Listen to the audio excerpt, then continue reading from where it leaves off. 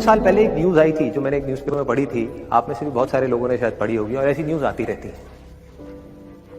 एक स्टूडेंट था 12th standard का, ब्रिलियंट स्टूडेंट। उसने अपनी एक गोल सेटिंग करी।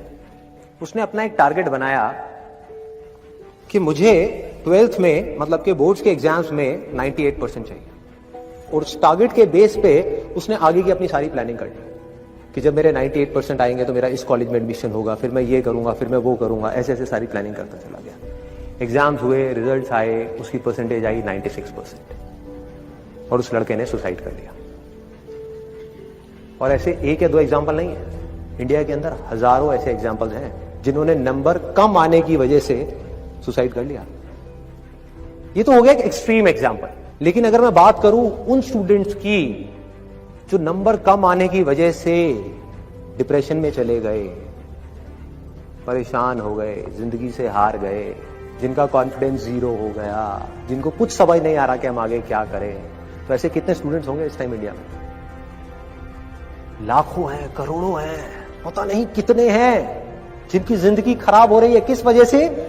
एक गलत ट्रैक पे चलने की वजह से। अगर मैं लाइफ का आपको एग्जांपल दूं, एजुकेशन से रिलेटेड जिसकी मैं बात कर रहा हूं, तो क्या होगा? आप इमेजिन करो, एक क्रिकेट का मैच चल रहा है, आप यहां पर बैटिंग कर रहे हो, आप स्टूडेंट हो, पीछे कोई विकेट्स नहीं है। ये लाइफ का गेम है, क्रिकेट का गेम नहीं है, क्रिकेट से रिलेटेड है। मैं आपको एग्जांपल दे रहा हूं, लेकिन ये जिंदगी है। आप यहां पर बैटिंग कर रहे हो, पीछे कोई विकेट्स नहीं है, कोई विकेट कीपर नहीं है, कोई और प्लेयर्स नहीं है, सामने से लाइफ है, जिंदगी है जो एक के बाद एक बॉल फेंकती चली जा रही है। बॉल आई, एक बॉल आई, आपने बैट घुमाया, वो बॉल छूट गई, पीछे निकल गई, पीछे निकल गई। अब आप क्या करोगे? सुसाइड करोगे? एक बॉल छूट गई, समझना इस बात को जो मैं बोलने वाला हूं।